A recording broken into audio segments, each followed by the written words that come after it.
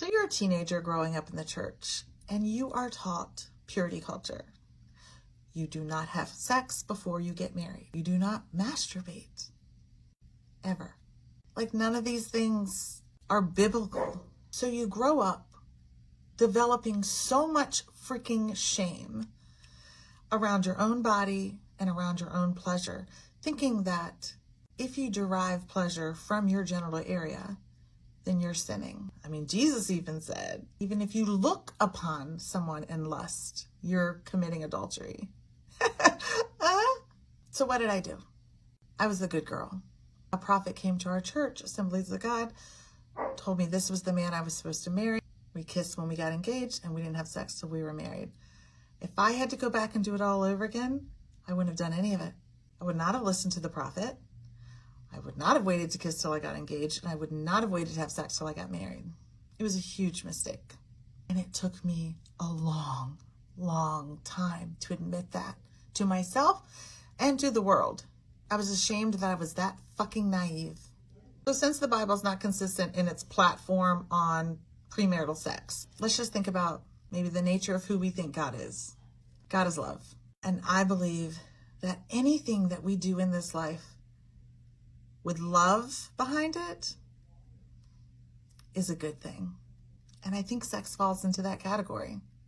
The problem is we still have all this shame and way of thinking in our heads that we haven't ripped out yet and thrown away. But what I deeply believe is that every single one of us is born with the divine inside of all of us. It connects us all. Quantum physics and science proves that. So why would we listen to somebody else's experience with their divine from 3,000 years ago? Why wouldn't we listen to the divine inside of us now? What feels like peace to you? What feels like love to you?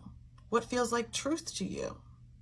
How can showing love to someone, connecting your souls, being intimate, how can that be wrong? I also don't think it's wrong just to sleep around.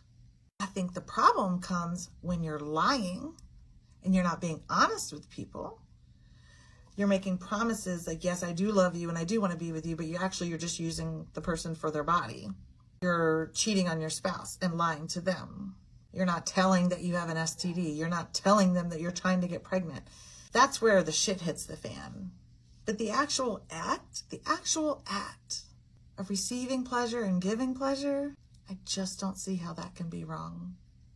And this is coming from a monogamous, monoamorous person with a very low body count. I'm not saying these things because I live this wild, crazy, sexy life. I'm saying this because we have free will and we get to choose whatever path we want to take in life.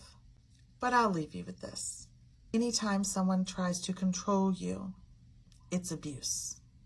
And that includes the church. You do what you believe is right between you and the divine inside of you. So what do I tell my kids? Go to part 3.